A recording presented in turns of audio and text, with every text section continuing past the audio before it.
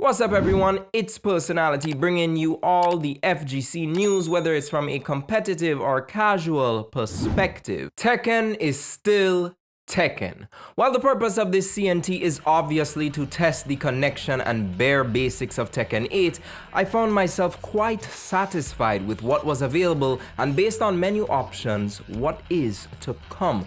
The 16 characters all feel distinct with their individual mechanics. Players will definitely have a chance to explore a variety of playstyles and eventually find one that fits them upon the release of the 8th entry. What's even more interesting is that the developers and Harada have stated they're working on having the largest base roster for this game before talking about the possibility of DLC and guest characters. Their attitude towards explicitly stating this is interesting. Looking at the marketing for other fighting games, I don't think any other has outright acknowledged their competition so directly. This core philosophy can be found in the presentation of the game, as well as many settings and adjustments can be made to further personalize how you interact with this game. This ranges from adjusting the very loud on-screen particle effects to even changing your preferred style of online connection. It seems, just from this weekend alone, that Tekken 8 has a focus on customer service and packaging a well-made product. Tekken 8 is graphically astounding, but for some reason the large effects took me out of the game to a certain extent. I've always felt Tekken was the more grounded game in its presentation, but the combat legitimately evolved into something I can only describe as martial art gods fighting against each other, and I mean that god part in a very literal sense.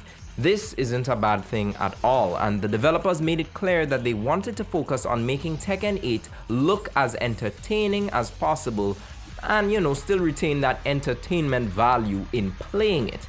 I just think this could have been achieved with the dynamic camera work which is already in the game without much of these jutsu level displays of power. Granted, this is a series where the literal devil is walking about, but it still somehow managed to keep a balanced sense of realism and superpower hijinks. I put out a poll the other day asking which of the big three had the favorite style, and Tekken received the least votes. I want to emphasize that the game looks great, but I don't think many elements of the presentation mesh well with each other. Some techniques appear very light, almost as if a character could just blow on their opponent and carry them to the wall.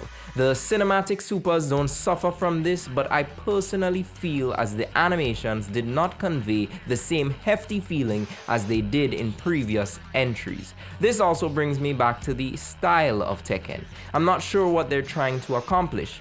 Mortal Kombat has this otherworldly beginning of a new era feel. Street Fighter 6 fully embraces the urban stylized presentation, and games like Grand Blue are straight up fantasy fighters.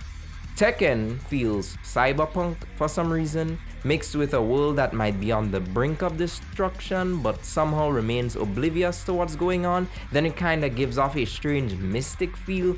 I'm a bit unsure of what theme or tone I'm supposed to get just from the maps and updated character designs. However, I'm pretty confident that the story will do a fine job at establishing these missing or confusing elements. Combat-wise, Tekken is still Tekken, albeit a bit more aggressive with the heat system now in place. Characters still have hundreds of moves and all limbs are totally controllable. I praise the use of sound to convey how combos work with regards to pressing buttons. The demonstration aided with the audio indicators makes for a solid way to approach learning these combos and techniques. It's not intimidating for new players. However, that doesn't mean the learning curve has been eliminated.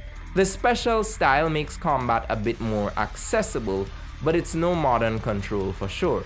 It eliminates way too much for my liking and just shows how hard it is to really simplify Tekken. It can be triggered mid-match and essentially changes the way your character works for a bit by simplifying their combo strings to simple button presses. That's about it though, and not much comes from it. I think it's a cool feature though, but the harsh reality is that Tekken is still a huge time investment before getting good even presents itself. Overall, I think this is no entry to sleep on, and it will definitely rub some longtime fans the right way. The score is good. Fresh character designs are easy to look at, and the response from the developers has been fantastic. The rollback netcode and other connection services to other, players across the world can be improved. I'm definitely hoping that in time to come, there will be some adjustments because it's not that smooth sailing as they would like us to believe. But guys, that is pretty much everything that we're gonna be talking about today, and I hope you guys enjoyed this video, and I'll see you in the next one, and until then, stay gaming.